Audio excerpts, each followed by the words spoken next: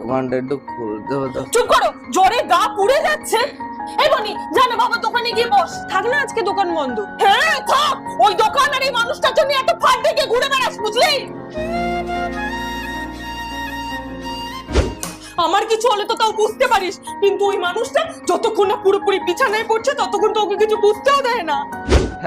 হ্যাঁ শিবদা, হ্যাঁ 10 মিনিটে যাচ্ছি। কোথাও বেরোবে না। এই বনি, ফোনটা নিয়ে নে তো, আমি শিবুকে ফোন করে বলে দিচ্ছি কোথাও যাবে না তুমি। আরে মা, বাবা মজা করছিল, কেউ ফোন করেনি। বিছানা থেকে উঠতে পারছে না তো আমাকে জ্বালানো ছাড়বে না।